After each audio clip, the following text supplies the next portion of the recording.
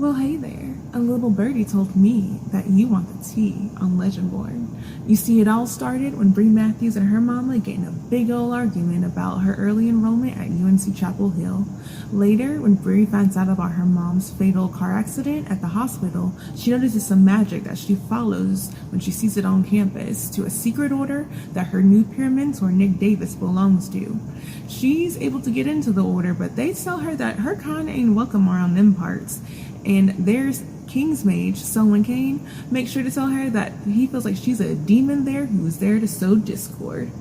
Nonetheless, she joins their gladiator trials, trying to get apart and find some answers to her mama's death and the connection to their magic, and finds out there's none at all. But she does have connection to rootwork magic that her therapist, Dr. Hartwood, has been helping her work through. That comes up in handy whenever them demons attack real big in the cave and all the scions and all the order gotta get involved. This is all orchestrated by Nick's father, who's been trying to get Camlon and the awakening of King Arthur to happen for his son. But everyone gets a big surprise when we find out that due to some violation of Bree's family during slavery, Bree is the actual heir of Arthur and he awakens in her instead. So by the end of the book, Nick's father's left with nothing to do but kidnap his own son, go off on a run, and leave Sel and Bree with Camlon all to themselves. Welcome to Wizard Team, a Black magical podcast for Black magical stories.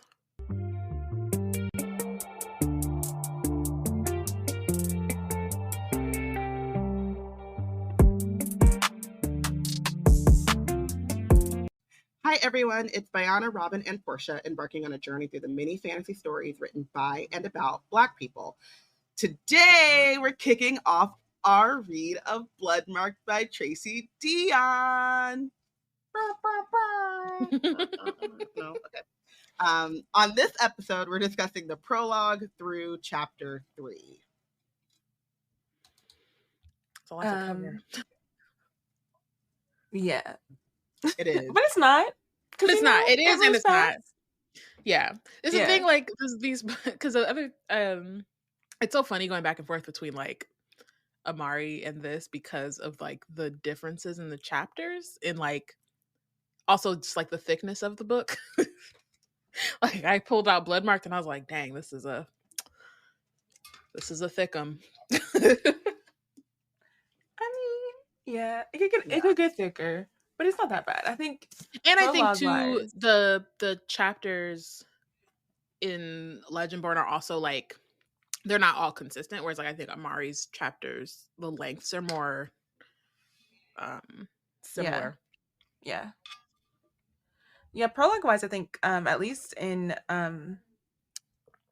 Legendborn and in Bloodmarked, Tracy has only really given us like shorter prologues. She hasn't really like been one of those like a lot of exposition prologues. So this is fine as a like reading selection. And speaking of the prologue, let's talk about us starting off where the cave battle ended, where Bree is coming to terms with hosting two ancestors as one little medium. So Arthur, who's coming from her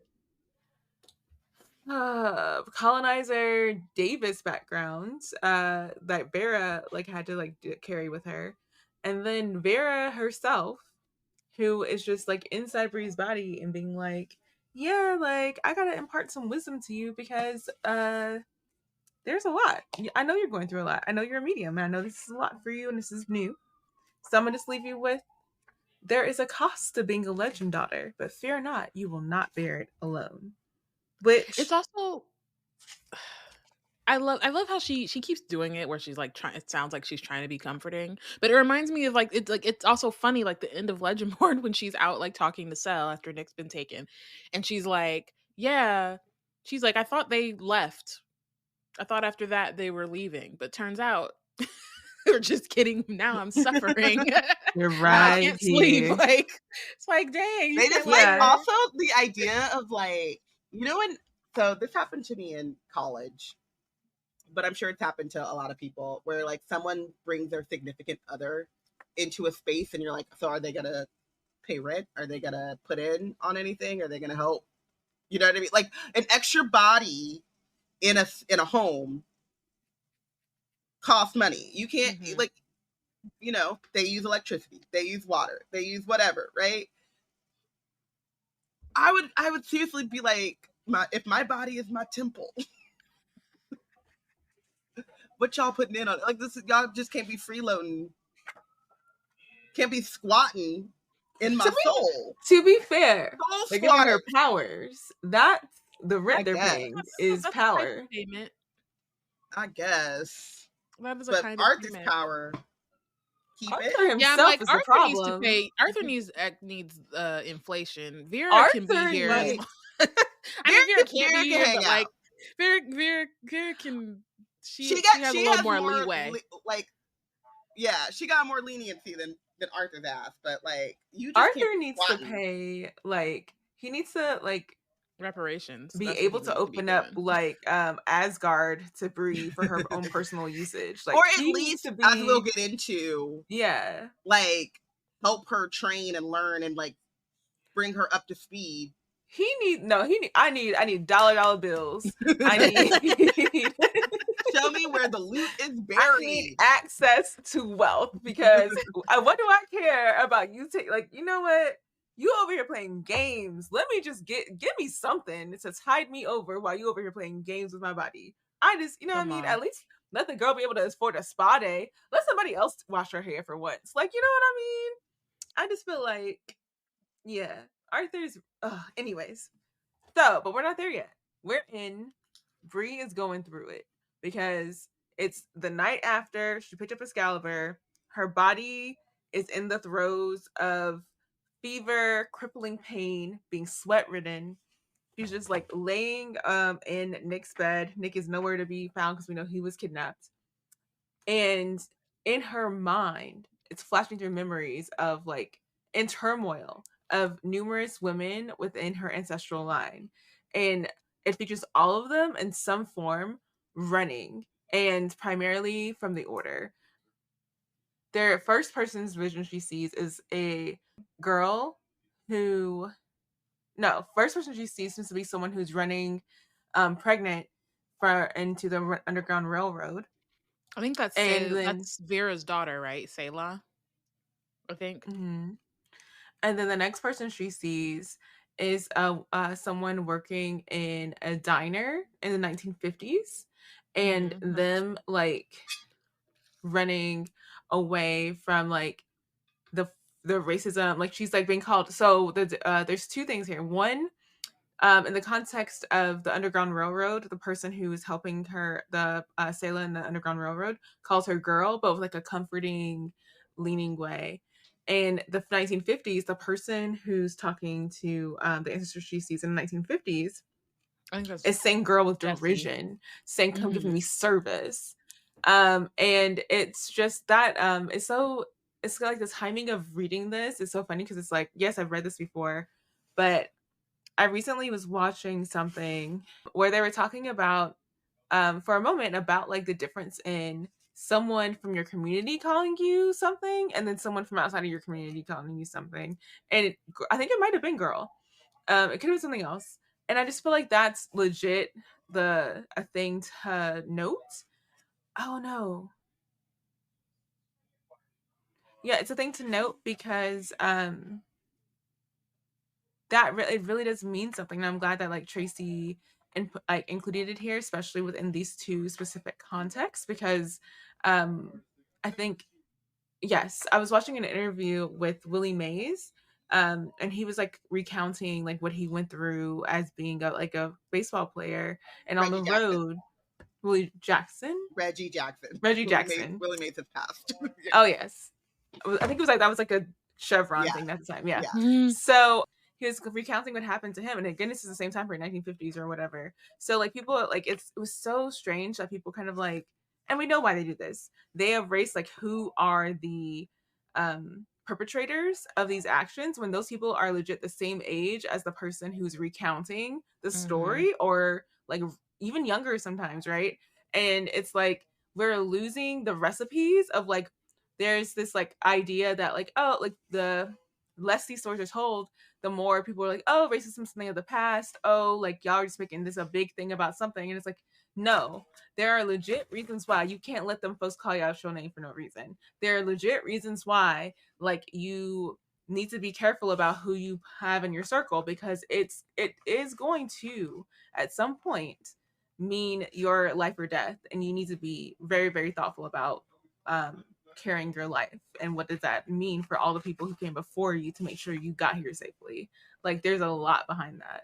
I also want to, I know that this was like and tying back to the book, but I also want to say, if you guys go watch that video of Reggie Jackson talking about his experiences, the thing that made me the most mad was, like, thank God they let him just like talk, and like he said what he needed to say, but he then said the words he needed. I was like, yeah. The white dude after goes, unbelievable, and I was like, nah, that is the most believable. I have not heard anything more. How about you go ask your uncle what he was doing on that date? That part. I mean, he thanks him for his experiences and, like, you know, sharing and stuff. Like, but like I can't believe, unbelievable, and I'm like, is it? How about you ask your relatives what they were doing on that date that you know? Talking about, you know? I guess you believe some things you would hear. You'd be like, oh, and they'd make it sound so like it was not a big deal. Oh yeah, we might have thrown some stuff to someone. That's just what you do, you know? Yeah. Ugh. But yeah, it's crazy. And then, I mean, there are parts too, just to bring it back to Legendborn and Bloodmarked, where he like also says, like, if not for allies, like, but like actually being allies and like, you know, like standing on business, like, he wouldn't have made it through. And like, my favorite part was, he was like, if I would have fought and I would have got killed. Like, and I'm like, you know, that was also a thing. Like, people want to talk about, like, you know, nonviolence and all this other stuff, but it was like, a lot of that was not, like, that might have been like the hardest part, is like picking your battles and swallowing and eating some of that stuff, and letting the allies in your life like do the pushback, because one-on-one, yeah, you would have, you know, I think about like Frederick Douglass beating up his like one-on-one, sure, but the problem was it didn't stay. It's not really one-on-one, yeah. Yeah, and it's never one-on-one, and so like with Bree, and like we'll get into it like soon, like she needs, she calls her friend, which I'm still like peers, but her peers and her allies, yeah. And even they don't actually understand like the totality of what she's doing, like she's up against. And then also I'm currently reading We Refuse, a forceful history of Black like resistance. And it talks about like the role of violence as a threat being the thing that kind of pushed people to be like, oh, I don't want guns to become part of all this.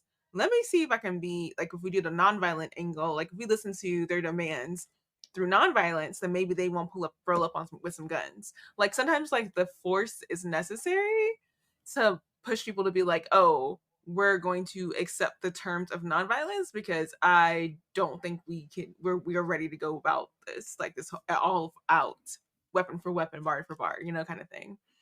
And I think that's cool about the power building, like the literal power building we're going to see in the root work in establish that community. But at this present period, like in the where Bree is in the memory, remembering that she's getting and having these different visions come to her, they're kind of just like adopted the idea that they have to protect themselves so they can get to a place, and that like somewhere down the line, someone's going to be in a place where they can stand up and can use the powers that they've been carrying, but they're not currently in a place where they can do that. And so the 1950s elder, she in her mind, she carries this idea of someday someone is going to be able to like snap at this racist in their face. They're not going to get away with saying this crap. Like someday that's going to be a thing. Confrontation can happen. It's like a future goal.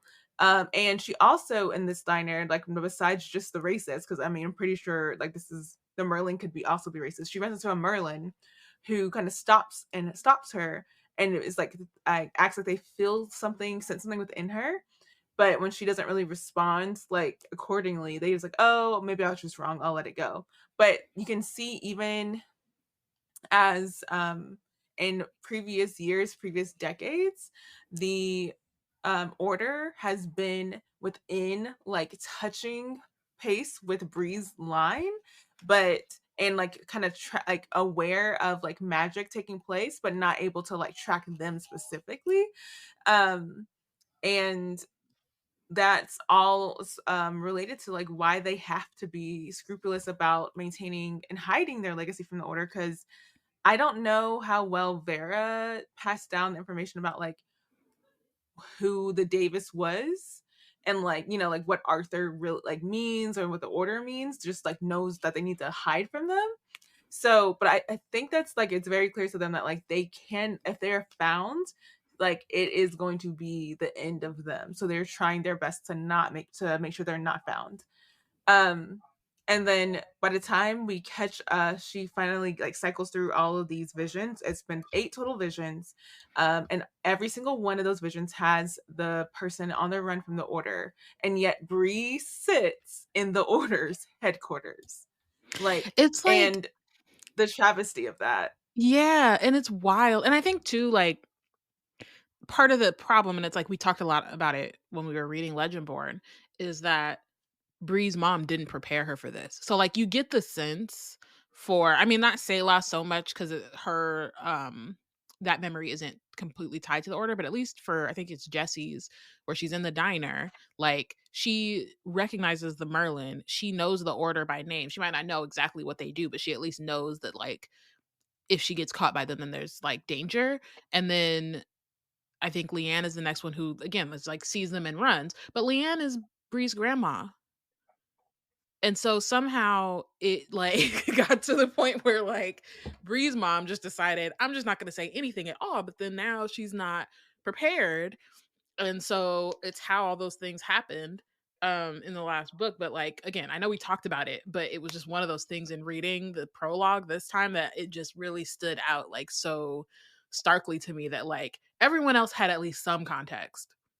And then Bree has like none. So then this is how she ends up getting swept up in all of And it's this. like it's not even a thing that like it sounds like her mother never planned for Bree to ever be on that campus. Mhm. And it's like it's so strange that she didn't lay down any kind of planning to assure that would never happen. Because if you tell her like this is this thing and you have to be careful of these people, because there's also like, especially because I think they talked about how like the sign of Arthur is drawn to Excalibur, so she like, you know what I mean, like that's even like a unconscious thing for her or subconscious thing for her to like be trying to go there. It's because she's drawn to the sight of Excalibur. So like you got to say something.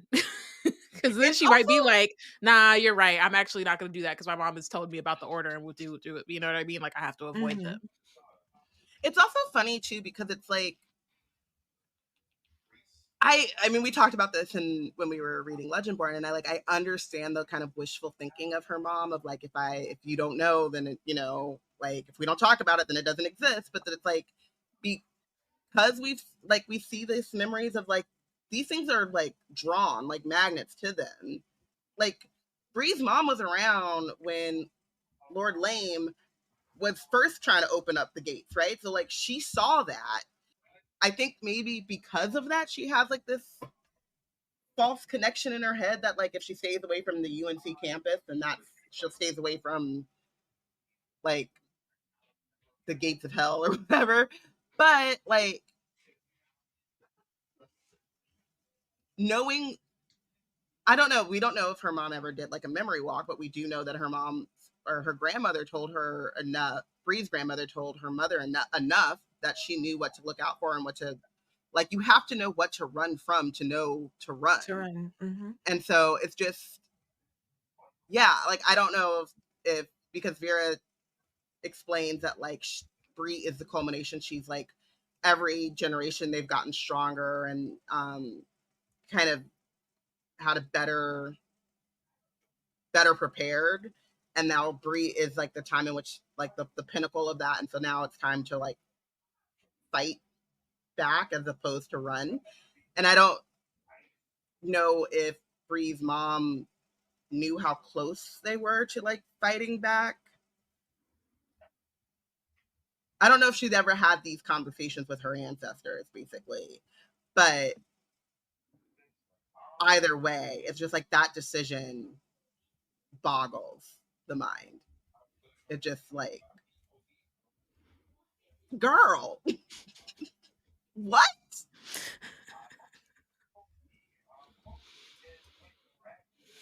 Yeah. I think it's interesting that like Vera explains it as like weaponry. Like just like they've honed a weapon. So they're like Bree is the familial arrow and the tip of their spear, the embodiment of their resistance, and a revelation after centuries of hiding, a wound turned weapon. So that is like, if that's not being Black in America, we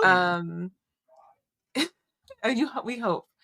And it's also a lot of pressure on Bree too, like, and that's gonna be a theme that keeps coming up, is like all of their, you know, the saying like, I am my ancestors' wildest dreams, whatever. But like in this case, she quite like, literally don't put is, it on yourself. And that's a lot She of pressure, might. especially because her ancestors being in her head, like, look, we waiting for you. We was doing all this for you. It's like, girl, can I just like maybe and I that's just why I'm want to like, go to school, did her, you know? Like me. Did her mother not know that until she became an ancestor? Like until after she was gone? Because that like, it's a lot of pressure compounded by the fact that she has to learn.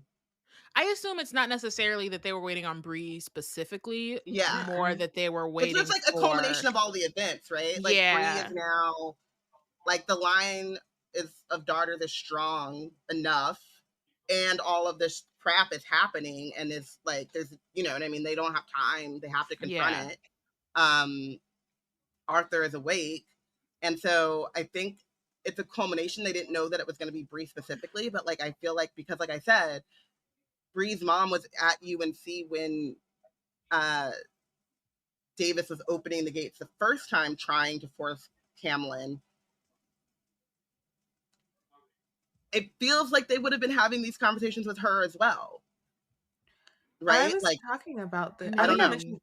I mentioned to y'all that I went to like this work event like a week ago. And one of the things that was interesting was that there is like they were talking about org structure in one of the like breakouts, and about the role that preparing for a succession plays, and like making sure that your org is in order and all that. And I think that's a thing here where it's like the role of ensuring succession is very like, it's like, I was thinking about an org structure, but it's very specific in family stuff too. Just thinking about like conversation that I had recently with a Lyft driver about who holds like family reunions, who holds the family get-togethers, and what happens when the old heads, who are the ones who are the gatherers, are gone, and how often that leads people to no longer having those gatherings, because it's kind of like no one knows who's gonna, and it becomes this weird thing. Yeah, and like, but who's gonna respond to if someone else does it? What beefs are there within the cousins that like whatever, if she does it, then they won't go, and all that kind of crap. And hopefully that's not a thing. Hopefully everyone will get over their crap. And I think that that's the thing with her. I don't know that they were like, we're planning for Bree, like Bayana was saying. I think it was more of I think it's maybe sadly Faye, by not preparing Bree in that way, assured Bree would be the one, because of her trying to protect Bree, and with ignorance, it ended up putting Bree in a exact position where she ended up being the person who has to carry the heaviest burden of holding Arthur and the whole family line, and ability to tap into her whole family line together. Just gonna end on the thing that Vera leaves Bree with is that everything flows through Bree. She has the power to protect what evil would destroy. And her line ran so that Bree would not have to, which means that confrontation is imminent. There is no more passiveness. There is no more running. It's all confrontation, which Bree, with her main character energy, seems to be ready to serve. So we'll see how that goes. It's funny too, because it's like Bree says to William as we get into chapter 1, like, she's not running anymore. And I didn't think about it until getting ready for Wizard Team, like how that goes back, and like Beer is like, there is no more, or we ran so you wouldn't have to. Is that how it ends? Mm-hmm. Chapter 1 is so long. Yeah, we ran so you would not have to. And then Bree just is like, yep, no more running. Mm-hmm. And it's like, she, like you said, main character energy and like who Bree is. But she just was like, all right, cool. She's been fighting them. She's been fighting Vera. She's been fighting her mama. She's been fighting grief. She's been fighting the entire time. And then Vera gives her permission to like, okay, stop fighting us and start fighting them demons. And she's like, all right. But it's also like her whole familial line is like, all their lives and even in an afterlife they had to fight. All my life I had to fight. They all had to fight. They're all here. So it's like, she has a fighting spirit. No wonder she's such a fighter, because she has a fighting spirit of so many people just like coursing through her right now. Mm-hmm. Yeah. So we get to chapter 1, and this is a long chapter. I kept thinking that it was gonna end, and then it kept going. But first off, so we start. Part 1 is titled Strength. I think there's and so it's been a month now. So like the prologue is like kind of immediately after I can't say that word. I'm not going to. The fight in the caves. They call it the fight in the cave of the dragon. But I'm calling the fight the cave of demons, because that's what it was to me. It was a cave full of demons. Full of demons. Full of demons. You are correct. They were also calling it Oolaga Googaga. That's the Welsh way of saying it. It's a cave full of demons. Welsh is not a real... No, I'm not going to say that. There are plenty of people that speak Welsh, and Welsh is also a dying language, so I should give it... If you're trying to bring the Welsh hate to this podcast, yeah, I'm not trying to bring Welsh hate, but whenever two things that make me xenophobic. Stop. International soccer. Make me accidentally xenophobic. International soccer and trying to read Welsh. And probably Irish too, just because like the consonant to vowel distribution is off. I just like that it's an FU to English. Like, I get it. I'm here with it. I don't points. I mean, listen, correct. But seeing as how I am limited, my brain just looks at those words and it's like, are you taking the piss? It's like Missy Elliott, like flip it and reverse it. Like, it's real, like that's what it sounds. No, it is. Oh my gosh. Oh, laga gaga gaga. Okay. Stop saying that. I apologize. I do. Let's move on. Okay. So, it's been a month since that happened. Since that thing happened, and Bree gets moved into the lodge against her will. And I'm like, girl, it's been a month since Legendborn ended. We're still in her freshman pre-college. It's like November. First year. Homegirl was going to quit. She was going to quit. Semester. She was going to quit. She went to the party with intent to quit. And came out Arthur. Yeah. Less than a week later, she's living in the lodge. We saw Nick's room, I'm pretty sure. Pulled back in, and it just happened to her. It's like the irony of she pulled Nick right back in, and then he pulled her back in. Karma. Just when she thought she was out, she was Arthur. No, that's wild. That's so wild. It would be actually quite hilarious if it wasn't so tragic. I mean, it's actually still hilarious. I'm not gonna lie. It's both. I got a quick giggle out of it. Has been a month. So yeah, so now she's living in Nick's room. We assume.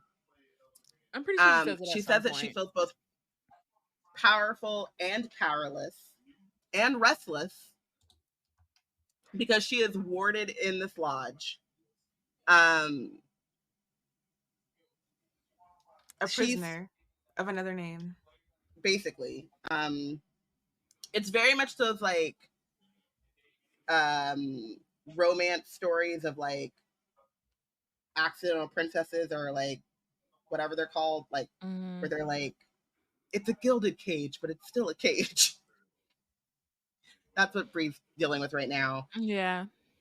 She at least gets to go to class, which she gets it. Yeah. And she says that she feels like, well, she's in a holding pattern, right? So like, they can't do anything. They're supposed to just, the regents have told them to do nothing basically, while they try to gather intelligence and figure out their next steps. And so she says that like she sees the Legendborn come back from patrols. They go out on patrols every night. She doesn't go. She's behind these wards, right? But I also think it's interesting because it feels as though she is still separate from the Legendborn. She counts some of them as friends. She says, like, I see my friends. She goes, I'm certain my friends have guessed what I'm feeling by now. Greer sits beside me in class and they see my bouncing knee. I sit down for the 4-course meal and Pete is right there at her elbow when she pokes at the food but forgets to eat it. And then she says, when the Legendborn return at 2 a.m. from their late night patrols, I'm always awake waiting at the door to greet them. And to me, it's like, she counts some of them as friends, right? But she doesn't count herself as a part of the Legendborn. She's still separated from them. She's not on the patrol. She's that emoji, like the girl just standing, or like even that meme of like, which I think it comes from, is New York standing just like by herself. That's her. Yeah. Right. And so it's just like a very like, she's like, this whole opening of this chapter just feels very lonely. And you do get her sense of restlessness, right? She's testing the ward. She wants to go out. But since she has been awakened by since she's been awakened as the Scion of Author, she's stuck. And no one outside of this chapter even knows that she is Author Scion. They're wanting to keep it quiet. So like everyone thinks that, I think the story is that Nick is taking a leave to train, which seems crazy because like, don't they spend their whole lives training? And then also, why would you need to leave the lodge to train when you should be training with your... And why would your King's Mage not be there? Right. Maybe the story is that like something crazy happened because they're having this funeral, so that's public enough to the other chapters. So something crazy happened, and Nick is seeing this as like, oh crap, we've decided that this boy needs more training because he was not able to uphold his part for this big thing that happened.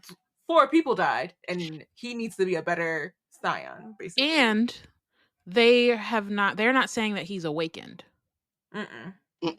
So that's the other thing, is they're not saying, oh, Nick, and the guy they know as the heir has not awakened, so they don't even know that it's gotten past the lot yet. Right. Yeah. So they're like not. Yeah. But it's also like it's at least known. I mean, it's been known. It's been bubbling around that like it's kind of imminent, right? Like the larger order, the bigger organization, not in that chapter at UNC, are all eyes on who they think is the Lancelot Scion because they're like, it's got to be happening at any minute, right? Mhm. So Well, they're kind of like if they don't see any more like demon attack, you know what I mean? They're watching for more demon attacks and gates opening because that's the primary like sign. Is that but like she says there's gates opening nightly. That's why they're on this patrol. everywhere, or are they Oh. also attracted to where Excalibur is? Is that happening True. across the board? Maybe it's not more people or more gates opening in the other places. It's just all of it. All of the chaos is centralized. Okay. So yeah. So like she's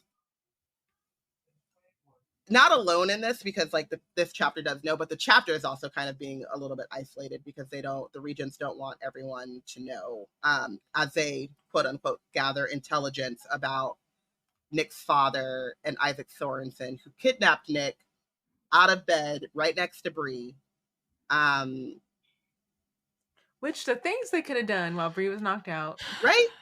They didn't take Bree. That's crazy to me, but okay. Well, I mean, because they're probably scared of Arthur. They're not scared of Bree. true. They're scared of Arthur, the Right. white man. The white man inside of her. Ugh. Bree also explains that like Alice, the dean of students, and Patricia, her former therapist, because you know Patricia cannot be her therapist any longer because the lines have been crossed. Yeah. it's Extremely crossed. the like the ethics of the whole situation has gotten quite messy. They all have to like convince Bree's dad that the lodge is like a safe place to live, which means like what I took from that is that he's still in the dark. He still doesn't even know any more than he knew before. Yeah. He still thinks that she's like a part of this secret society school And club. honestly, I get it. Yeah. Why stress him out? You know? What is he gonna do with that information? I feel like Nothing. it would be a whole lot different if like her mother had at least shared root work things With him, right. Yeah. Like if he had some kind of like entry point into it beforehand, then maybe yeah. But because he doesn't, he has nothing, it just feels like it feels telling him cruel would to like do. yeah. Yeah. There's nothing he can do about it. And it would just make him And want to he like just be on campus too. He'd be like, well, I gotta close everything down because I can't. Yeah. Yeah. But it also feels there's like that like yeah, there's nothing he can do kind of but worry, but then there's also like just another beyond Alice, there's like really no one that she can like fully confide in who knows both Well, before Bree and after Bree. because the good doctor is no longer her doctor, she can talk to the doctor like an adult. Yes, but like even then, she doesn't really know Bree before like the complex grief, you know. So there isn't anything to kind of. I feel like the reason why that's kind of important is like Alice and like you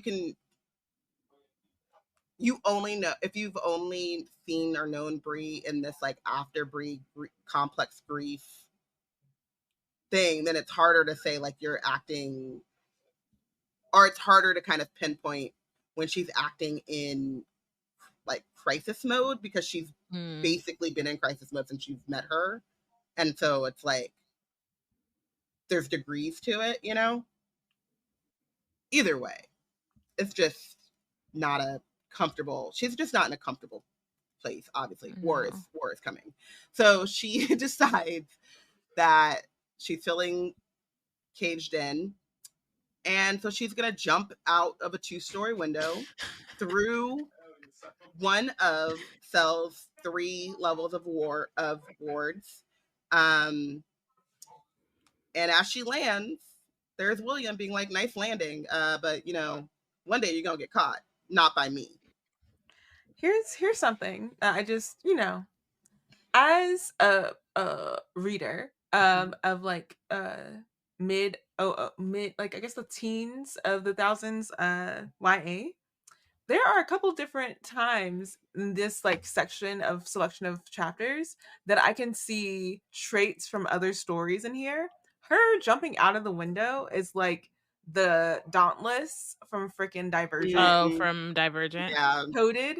It is so teen YA. It is. It's I love it. it's small things like that I like see throughout this, like specifically the selection of chapters we're going to cover for today's episode, that I'm just like, man, I mean, I can't kick it. Like, this is this is YA, and it is very much like, it's a good nod. If it isn't wink or nod, it's a fun thing to have in here, to have like the different traits you see from these other popular canon stories.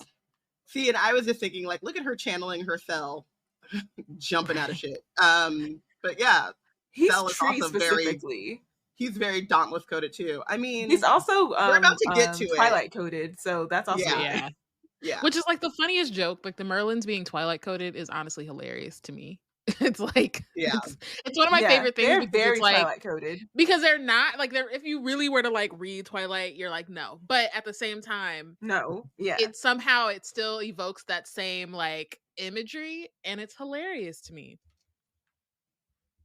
It has to be purposeful too, because it is Yeah. so like, what if I did this but better? Right. Or what if I just like just gave you a little wink while I'm writing? Just a little like, wink, just to like, this makes me. Just a It's little one. It wink. feels Just- like one of just a those little things. nut. I mean, I she just did. shift There it. was a Twilight like reference in the last book, like a direct one, but it's always Yeah, just Spider funny Monkey. when like you write things for yourself. You're like, I think that's funny, so I'm gonna just put it in. If anyone catches it, great. If not, that's also great. I had fun writing it. Yeah. I think it's interesting that there are all of these, how do I say this? There are all of these like allusions with an A, to these like stories and tropes, but then I don't know, it's like she did it better. It's like, what if the vampires in Twilight actually made sense and were actually interesting, complex? Were actually complex. I think that's what it is, because they like the Merlins are actually complex and multidimensional. So anyway, so then this is our first clue that William is in it from jump, and I am here for it because I am Team William. He like lets her know that he knows that she's been sneaking out, but that also, he's not going to stop her, but he is going to go with her. And so they start walking towards the arena. William reminds her that the ceremony for Russ, Fitzwitty, and Evan is in the morning, but do what you got to do. And that's why I love William, as juxtaposed to how Cell reacts, which we will see later. Right. He is just like walking with her, asking her, like kind of, this is a Love Island interview mention, Reference. shout out, but like, reference. Thank you. What was your thought process behind this? One of my favorite things. And they start talking about Bree's magic. So they keep walking. They hit the second layer of Cell's wards, and Bree makes this face, and William is like fascinated and asks her, like, what did you pick up on when we passed that? Because it's just so different, the way that she can feel and see and smell like ether. And so she says that she can tell that Cell was angry when he cast these wards. And it's like, interesting, because when is Cell not angry? I was gonna say, it's one of those things where I was like, you probably catch that. Maybe he was like particularly angry, noticeably angrier in this moment. Yeah, maybe anger is the emotion he pulls from when he makes certain wards. I think he just exists in a state of anger. Yeah, I think it's just that like it was particularly notable. Potent. This He anger. Whenever he made it, something happened and he was heated. But she's been picking up on his pheromones since the beginning. Yes. So, it's just So yeah, interesting. she's Like, just more able to parse. She's just able to parse through yeah, it. I feel like this homegirl, she's been translating his pheromones for like unknowing to people until like the the final act of Legendborn. And so at this point, she's become a whip connoisseur, if you will, for She can hint, the notes, the different She's like notes. a bit of cinnamon, a bit of whiskey, a bit of pissed off. Okay, yeah, okay, got it. She wants all the smoke because I can smell the smoke aroma, yeah. if you will. Yeah. So then Bree tells William that Sel is suffocating, and he laughs and says that she sounds like Nick, and I'm like, insert Regina George. So you agree, Right. that Sel is But suffocating, it's such a right? It's yeah. not just It's such a like I like it as a triangle nod though, because again, like it's just like and not even in a necessarily romantic sense, but just in the way that the three of them are linked and very similar in some ways and very different in other ways, and the ways that those dynamics are like parallel each other, I think is really clever. Mm-hmm. And it's also like interesting because there's this like extremely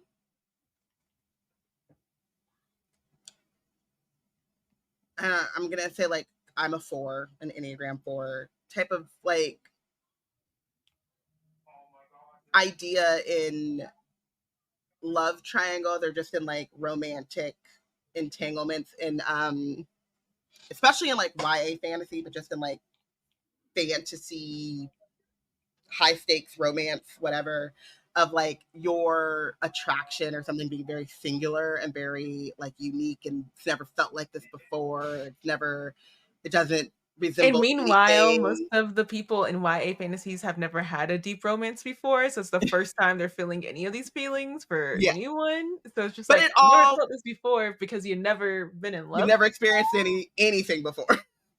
But it's always explained as being so kind of unique. And so what's really hilarious about their triangle, what I think makes it so actually unique and great, is that like you can't actually say like, oh, this is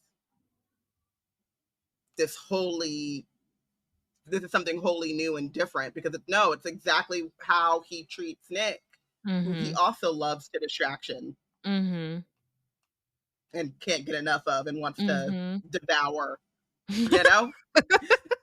so I wonder how many times we're gonna reference that before we actually get to it. A lot, because it broke me when I There read might it need the to be a first count. time. And it's like, please devour count or number like, 1. Please explain or like describe Bloodmarked in 2 words. It would be pain and devour. I must be a jaded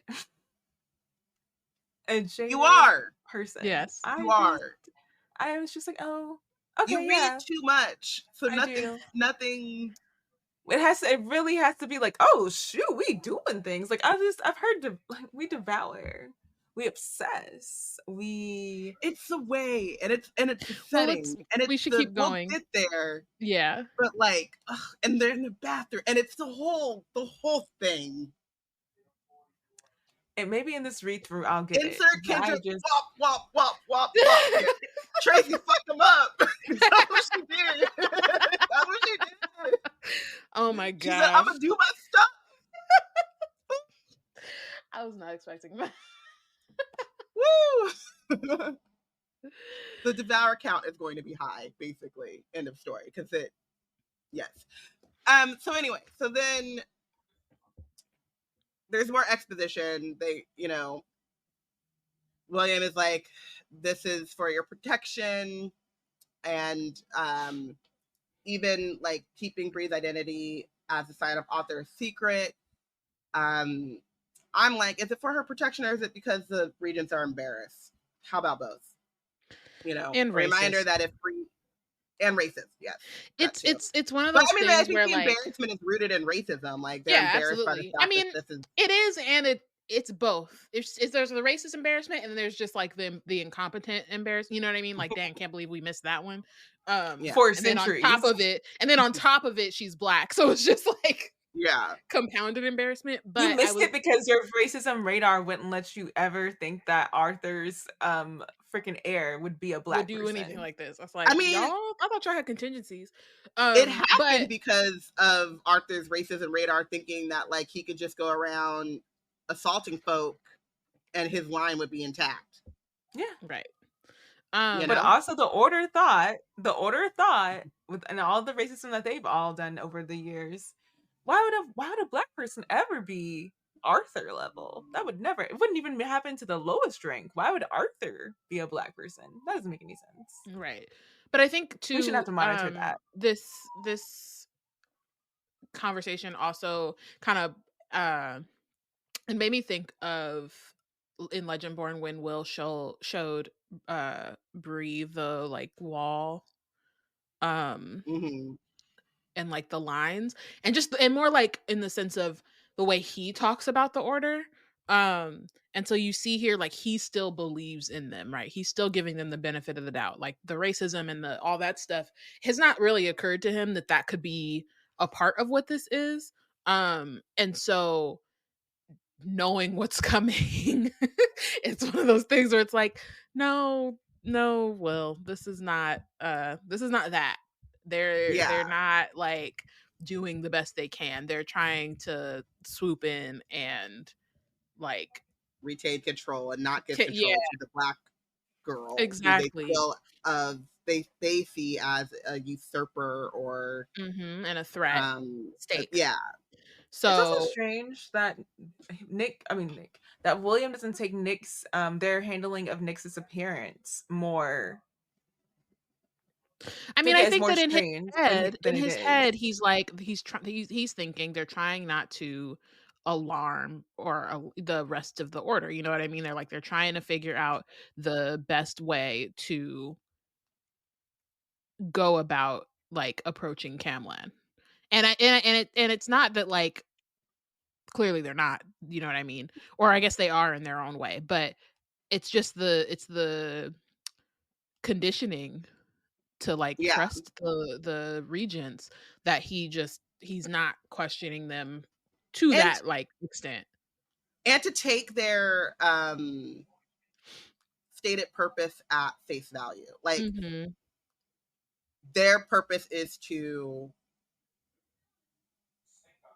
protect once-borns, protect the greater population. And so at the end all be all of all of this bureaucracy and organizational structures and all this stuff, they're going to like prioritize that goal of saving people. And so a part of that too is to not cause panic. Part of that is to, this and that. But what's really interesting too is that he says like, so though Bree is called, she isn't allowed to lead the Legendborn until she pulls Excalibur in the right, the capitalized like right, type of which is to ceremonial BS. To pull Excalibur intentionally in front of the regents. And he says this, but then at the same time, he is like, you're Arthur. So at the end of the day, like, the right doesn't actually matter. Like, that's what they're waiting for. But if push comes to shove, like, you don't have to do what they say, or like they have to kind of bend to you.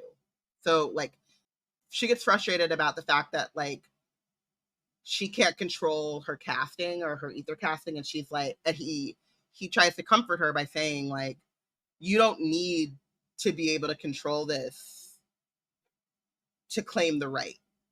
And that you're the scion of author, whether you can forge ether into a corporeal weapons or not. Like, so she's trying to, like, she calls the Mage Flame, right? And she's trying to forge Excalibur from Mage Flame in the same way that, like, the other Scions or the other Legendborn call ether, and then it becomes, like, corporeal, like, armor and weaponry. Bree ends up just burning herself. Like, the like, she's channeling all of this ether, and it's coming in the form of flame, but she's not able to then take that flame to the next level and, like, make a sword, make Excalibur. And so she ends up just, like, burning herself, and William is like, stop calling it, like, let it go. And she doesn't want to give up until she ends up, like, burning herself. Then she uses her Arthur strength to punch a hole in the ground, and I'm like, well, that's also very cell coded. Way to not use your words to just throw a little bit of a temper tantrum. And my favorite part is that William's like, oh great, now you've got dirt in your burns and your wounds. And as she calms down after throwing this fit, she's like, and I got dirt in my hair, and we have a funeral tomorrow or a ceremony, so I got to do another impromptu wash day because I have channeled my inner cell and I don't know how to feel big emotions. One might say Arthur as well, because Arthur is a big old a-hole, and he's within her body. And this is again why I am advocating for Arthur to pay reparations in form of spa days and her hair appointments, because come on. It's also directly his fault because he's purposefully not letting her channel her ether. Right. When it comes down to it, at the end of the day, a white man is to blame, and we know his name, so we should just go on and make him pay. I forgot about that.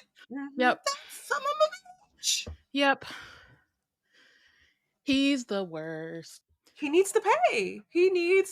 I need Bree to go from medium to troll at like taking a toll at the bridge and just being like, money please. Like, just don't even talk to me about taking over my body. Just give me money immediately. In case y'all listeners didn't know, this entire book club read, Wizard Team read of Bloodmarked is brought to you by Arthur the bitch ass, and we don't like him, and he benched. And if he don't lose this book, I don't really know who will. Spoiler. Spoiler heavy. It's either there's other candidates. There's some candidates. Arthur doesn't show up for a while. There's some candidates. My personal theories are either Arthur's gonna lose, or because it's spoiler heavy, we have more, like, you know what I mean? So I could see Arthur maybe doing context for things. Yeah. Mm-hmm. He's the only one I can really think that I'm like sure is at least, because I feel like a lot of stuff that happens, it's like, it kind of reminds me of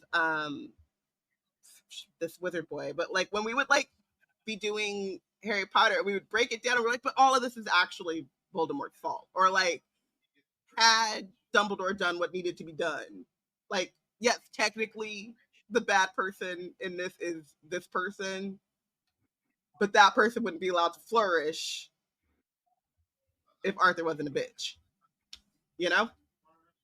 Yeah. Which we're about to see, like, so she's not able to forge weaponry with her ether, but she is able to burn herself. She's frustrated because she doesn't have the control that she wants and needs, and William is like, you're still the scion of Arthur, it doesn't matter, which is like, oh, you sweet summer child. Yeah. Like, you're